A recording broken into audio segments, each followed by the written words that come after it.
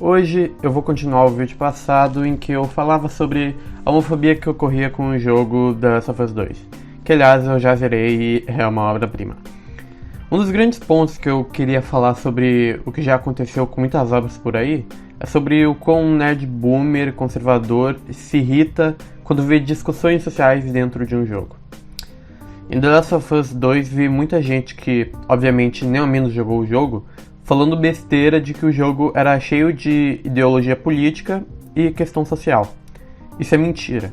Não há questões sociais no jogo, não tem uma questão social sequer.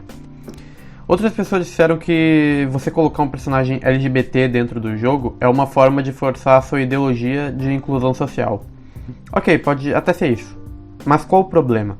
A transexualidade do Levi e a homossexualidade da Ellie não são forçados no jogo. Além de que ambas as duas coisas agregam para a história para construir a jornada pessoal dos personagens. A sexualidade da Ellie e a transexualidade do Levi fazem parte da história dos personagens e importam para entender eles e suas jornadas. Eles ainda citaram o negócio do preconceito issues, que acontece logo no começo do jogo, mas isso a gente tem que lembrar que isso é da dublagem do jogo que veio pra cá. Não quer dizer que no roteiro original realmente seja isso. Isso foi só a dublagem. Quando a questão do Levi ser trans é comentada dentro do jogo, a Abby e a Yara conversam sobre o passado do Levi e por que ele estava fugindo da vila e do pessoal deles. Faz parte da história, constrói a história. Você querer fugir da tradição da vila e do culto que faz você ficar em uma prisão de tortura, ainda mais se você vê como são cicatrizes, um culto assassino, não é citado só pra mostrar que tem um personagem trans. Ele agrega a história, ele constrói a história. E se você não quer história, vai jogar Left 4 Dead.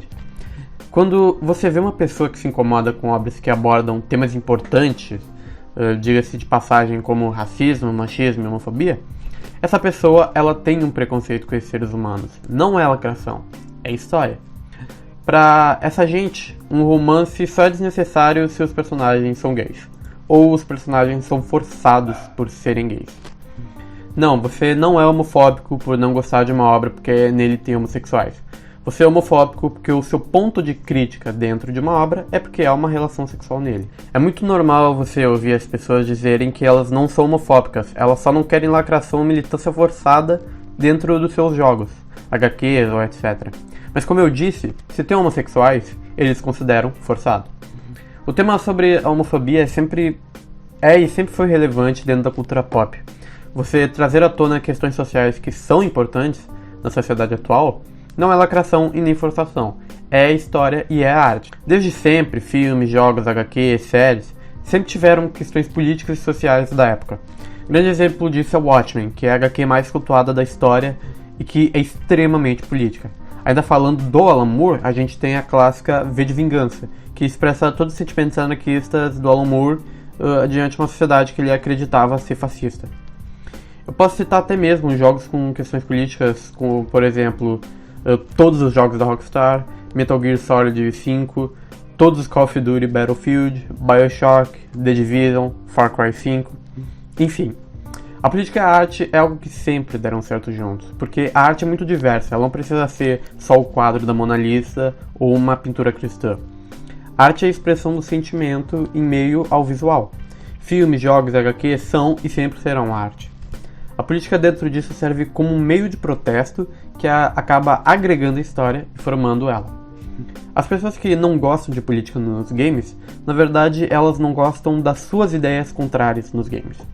Se elas veem duas lésbicas fumando maconha no seu joguinho, para eles instantaneamente se torna uma política forçada. Outro exemplo que uso disso é o The Golden Child, que é escrita pelo Frank Miller, que faz uma zoeira com Bolsonaro e é escrita pelo Frank Miller. Outra obra que também zoa um político popular de direita é Mortal Kombat, em que o Shao Kahn tira sarro da famosa frase do Trump, Make America Great Again. You are the one true Khan. Let us make Outworld great again! Ambas essas obras foram chamadas de lacração e que são ideologicamente histérica, pelo simples motivo de não ter o pensamento ideológico alinhado. Isso se torna mais idiota ainda quando você vê que essa gente estava reclamando porque as personagens do Mortal Kombat 11 não estão muito sexualizadas. Isso já é outro ponto de você ver de interessante no game, que o machismo dentro do game não é machismo quando tem uma mina super sexualizada. Agora, se você tapa elas, você bota roupas maiores, isso instantaneamente para as pessoas se torna uma grande ideologia política forçada. Isso vai acontecer com qualquer dessas obras que tenham uma crítica ofensiva ao tipo de pensamento da direita. Ou seja, se tem gays, é lacração. Na verdade, com qualquer pessoa que diga que odeia a política dentro da cultura pop, tá mentindo. Ela só não gosta das coisas que não estejam alinhadas no ideológico delas. Como é, por exemplo, o caso de que, para mim, é o maior câncer do YouTube, o Oliver Noronha. O mesmo cara que diz que os filmes não devem ter políticas e ideologias, aplaude o filme animado do Cavaleiro das Trevas porque ele tem uma mensagem contra os direitos humanos. Ou seja, se está no seu alinhamento ideológico, então é válido. Mas voltando para a questão da homofobia, não é lacração. É um romance que faz parte da história do personagem, que desse jeito agrega para a história em geral. Pois os personagens são gays. Tem milhões e milhões de obras com beijos hétero por aí. Ninguém diz que isso é perigoso para criança ou que isso é lacração forçada. Todo mundo acha romance normal e fofo. Mas se vem de dois homossexuais, começa o choro de dura, agora tem homossexuais em tudo. Todo tipo de homossexual dentro dessas obras se torna desnecessário só porque elas são homossexuais. Sim, é necessário incluir homossexuais porque é importante normalizar a homossexualidade. Sim, sinto lhe dizer, mas você é homofóbico por achar que homossexuais dentro de jogos são forçados. Ou achar que questões sobre homofobia dentro dessas obras são forçadas e desnecessárias, usando o argumento de que game e política não devem se misturar, sendo que você ama GTA San Andreas.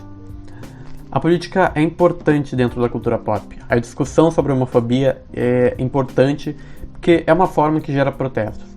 A arte sempre foi feita a partir de protestos. Durante a vida toda, ela serviu como protesto político. Ainda também tem a questão do machismo, né? Que você vê que os tipos de obra que masculiniza as mulheres são apedrejadas pela turma dos direitinhos. Foi a mesma coisa que aconteceu, como já citado, com Mortal Kombat 11, por exemplo. Foram dar nota negativa pro game só porque as personagens não estavam gostosas o suficiente e disseram que isso é cartilha política da Warner. Eu gostaria muito aqui de colocar um print de uma publicação que eu vi uma vez num grupo do Facebook sobre Marvel e DC, de um cara pedindo pra galera do grupo boicotar o Mortal Kombat 11 porque estavam fazendo militância por causa que os personagens não estavam muito sexualizados. Infelizmente eu não consegui tirar print porque isso foi do ano passado. Se você não sexualiza suas personagens mulheres, você vai se chamar de feminista ou de uma obra com militância política. Para terminar tudo, eu posso citar um dos casos mais óbvios e explícitos sobre a homofobia, que é a censura do Crivella na HQ dos Vingadores Cruzado das Crianças. Além de que eu posso trazer outros vídeos falando sobre a homofobia em geral, já que aqui eu apenas quis falar como ela se prolifera dentro da cultura pop. Mas dentro dessas questões de homofobia e machismo, realmente tem muito a ser o que falado. Mas enfim, esse foi o vídeo, eu espero que você tenha gostado, e até a próxima.